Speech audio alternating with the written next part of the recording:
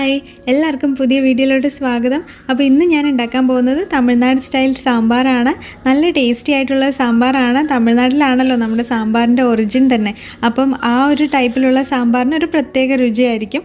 എല്ലാവരും ഇതൊന്നും ഉണ്ടാക്കി നോക്കണേ. പിന്നെ ഈ ചാനൽ ആദ്യമായിട്ട് കാണുന്നവരുണ്ടെങ്കിൽ ഒന്ന് സബ്സ്ക്രൈബും കൂടെ ചെയ്തേക്കണേ. ബെല്ലൈക്കൺ പ്രസ് ചെയ്യാൻ മറക്കരുത്. അപ്പോൾ നമ്മൾക്ക് വീഡിയോയിലോട്ട് കിടക്കാം. ഞാനിവിടെ 1/2 കപ്പ് തുവരപ്പരിപ്പാണ് എടുത്തിരിക്കുന്നത്. അത് നന്നായിട്ട് കഴുകിയതിന് ശേഷം വെള്ളം ഒഴിച്ചിട്ട് അതിലോട്ട് ഒരു 2 വെളുത്തുള്ളി അല്ലി ചേർക്കുന്നുണ്ട്. മഞ്ഞൾപ്പൊടിയും ചേർത്തിട്ട് ഒന്ന് മിക്സ് ചെയ്തിട്ട് വിസിലിൽ വെക്കുവാണ്. കുക്കറിൽ 2 വിസിലിന് വേണ്ടിയിട്ട് വെയിറ്റ് ചെയ്യാം.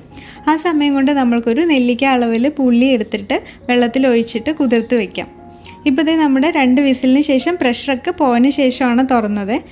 ഇനി ഒരു പാൻ എടുത്ത് ചൂടാവുമ്പോൾ എണ്ണ ഒഴിക്കുക. അതിലോട്ട് കടുകും ഉലുവയും കൂടെ ഇട്ടിട്ട് ഒന്ന് വതക്കുക. അതിനുശേഷം നമ്മൾക്ക് ചെറിയുള്ളി ഉണ്ടല്ലോ, അതിട്ടിട്ട് വീണ്ടും ഒന്ന് വതക്കണം. ഇതൊക്കെ നന്നായിട്ട് വഴണ്ടതിന് ശേഷം വെണ്ടയ്ക്ക ഇടാം. ഞാൻ ഒരെണ്ണം എടുക്കുന്നുള്ളൂ, സാമ്പാറല്ലേ, ഒത്തിരി കായ്കളുണ്ട്. അപ്പം വെണ്ടയ്ക്ക എടുത്തിട്ട് നന്നായിട്ടൊന്ന് ഫ്രൈ ചെയ്യുക. ഫ്രൈ ചെയ്തതിന് ശേഷം പിന്നെ കുറച്ച് കറിവേപ്പില, അതുപോലെ പച്ചമുളക്, പിന്നെ തക്കാളി, പിന്നെ വഴുതനങ്ങ ഇടുന്നുണ്ട്, ഞാൻ മുരിങ്ങക്കായ ഇടുന്നുണ്ട്, പിന്നെ മാങ്ങയും ഉരുളക്കിഴങ്ങും ഇടുന്നുണ്ട്. മാങ്ങ നിങ്ങൾക്ക് ഓപ്ഷണലാണ്, വേണമെങ്കിൽ ഇടാം. നല്ല പുളിപ്പൊക്കെ ഇഷ്ടമാണെങ്കിൽ മാങ്ങ ഇട്ടാൽ മതി, ഇല്ലെങ്കിൽ കുഴപ്പമില്ല, മാങ്ങ ഇല്ലാതെ തന്നെ ഉണ്ടാക്കാം. വേറെ ഏതൊക്കെ പച്ചക്കറികളാണോ ഇഷ്ടം അതെല്ലാം ഇടാം. ഇതൊന്ന് വഴറ്റിയതിന് ശേഷം പിന്നെ ഉപ്പിടുകയാണ്. ആവശ്യത്തിനുള്ള ഉപ്പ് ചേർക്കുക. അതിനുശേഷം വീണ്ടും 1 മിനിറ്റ് ഒന്ന് വഴറ്റിയെടുക്കാം.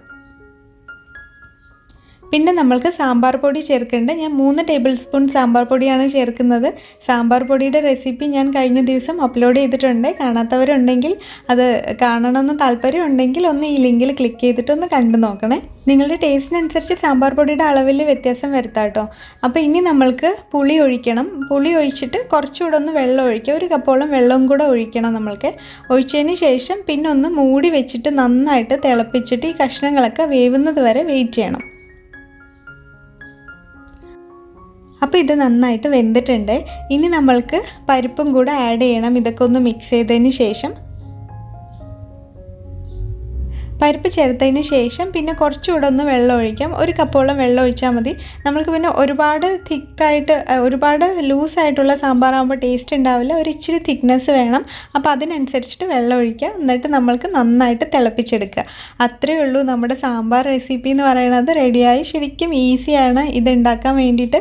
എല്ലാവരും ഇതൊന്ന് ട്രൈ ചെയ്ത് നോക്കണേ. ട്രൈ ചെയ്തതിന് ശേഷം നിങ്ങളുടെ അഭിപ്രായങ്ങളൊക്കെ തീർച്ചയായിട്ടും കമൻറ്റ് ചെയ്യാൻ മറക്കരുത്. ഇനി അടുത്തൊരു വീഡിയോയിൽ കാണാം.